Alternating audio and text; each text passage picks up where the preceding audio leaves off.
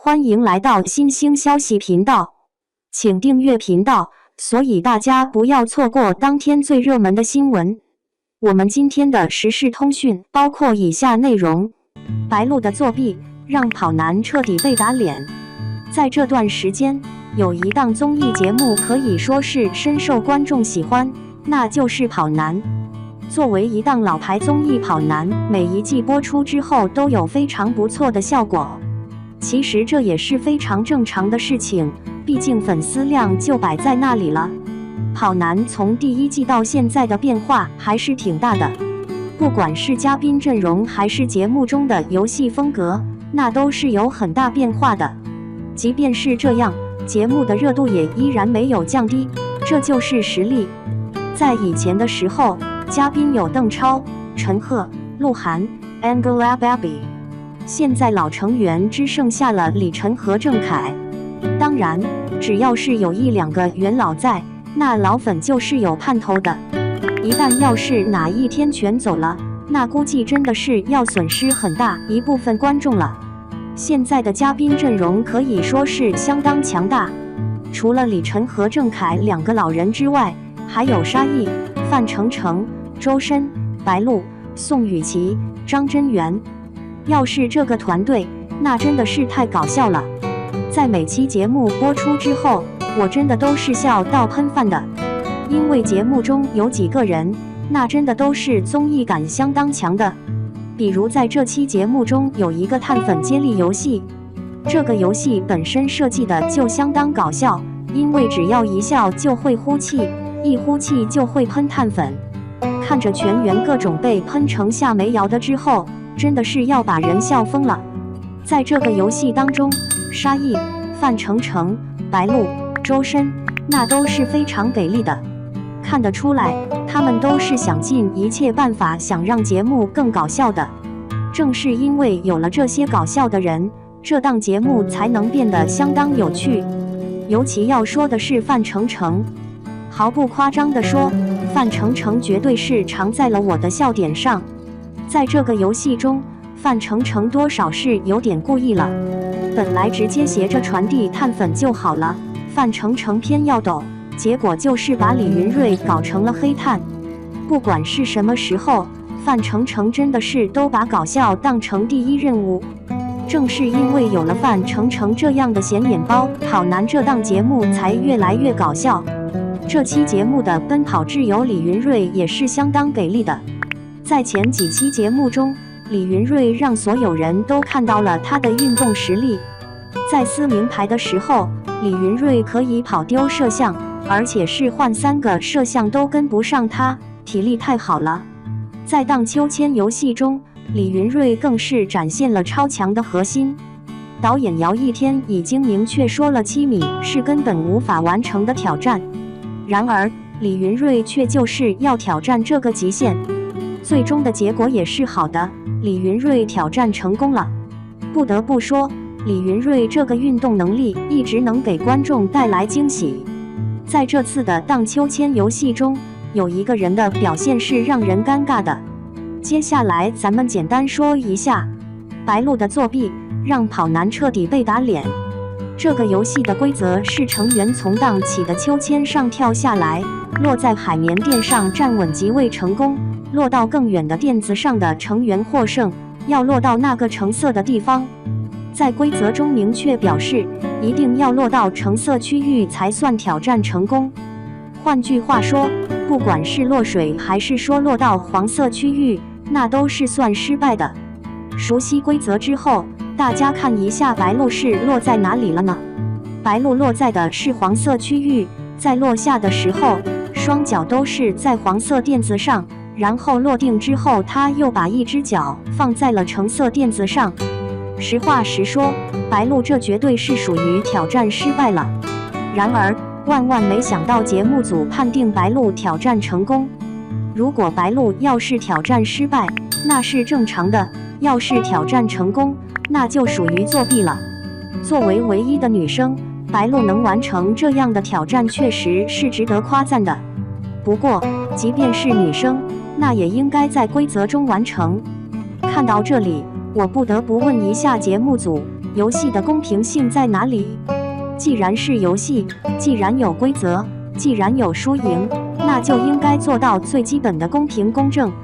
如果要是所有人都学白鹿这样，都是落在黄色区域算挑战成功的话，那估计好几个人都能完成7米。毕竟这个游戏最大的挑战不是跳不跳得过去，而是敢不敢跳。毕竟一不小心就会跳到水里，而且垫子太滑了。要是跳在黄色垫子也可以的话，那就和没有障碍的平地一样了，那难度降低了不是一星半点。白鹿这次的表现确实是相当帅气的，一个柔弱女生能有这样的成绩，相当值得夸赞。只有白鹿一个人跳在黄色垫子上，这个多少有点让人质疑节目的公平性。当然，这一切都不能怪白鹿，要怪只怪节目组的规则不透明。不管是男生还是女生，玩游戏都应该遵守规则。作为游戏的裁判，节目组应该做到公平公正，不能区别对待。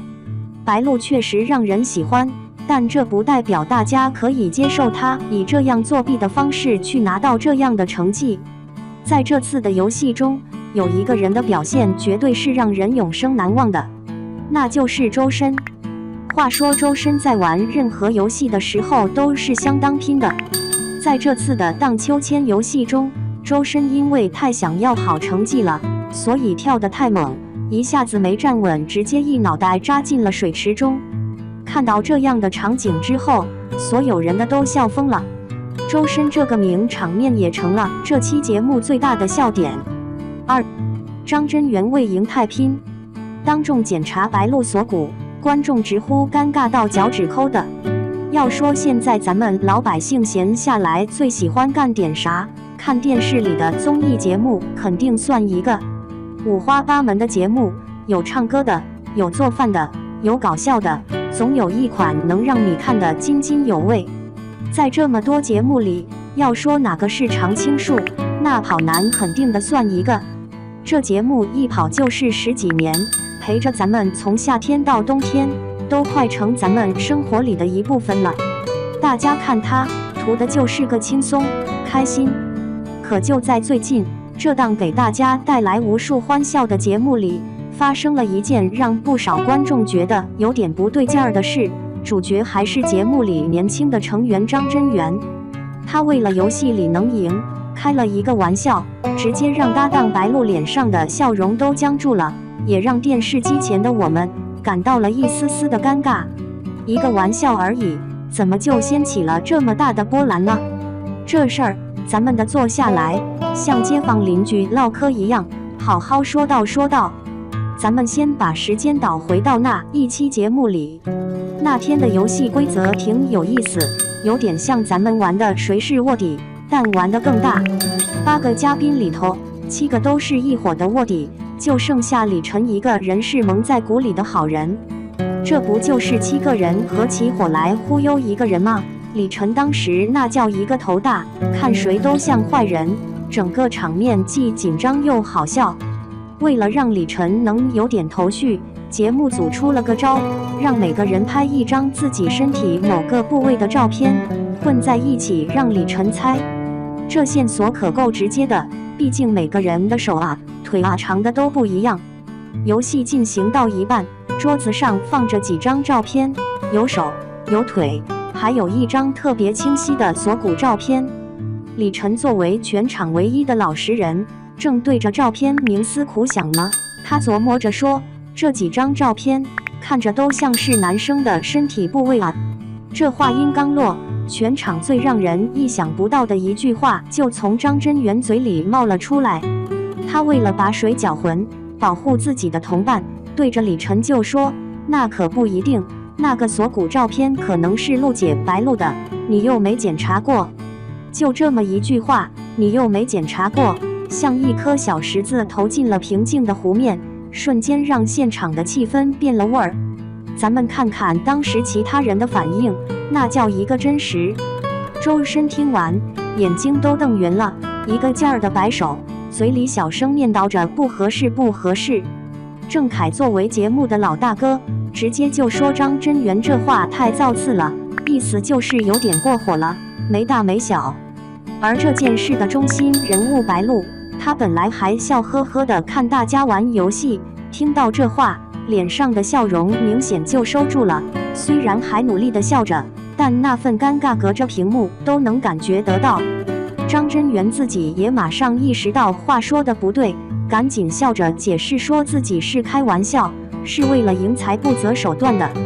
虽然现场很快用笑声把这一幕带过去了，但是电视机前的观众心里却留下了个疙瘩。那么这个玩笑到底错在哪儿了？咱们普通人不是也经常开玩笑吗？为啥他这一句就让人觉得不舒服呢？首先，这涉及到一个最基本的东西，就是人与人之间，特别是男女之间的分寸感。在综艺节目里，为了逗乐观众，嘉宾们打打闹闹，互相开玩笑是很正常的。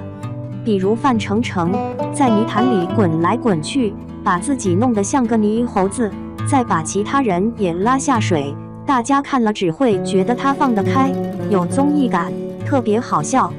男嘉宾之间关系好的时候，互相掀个衣服看看腹肌，比比谁的胳膊粗，这都行，观众也觉得是哥们儿间的打闹。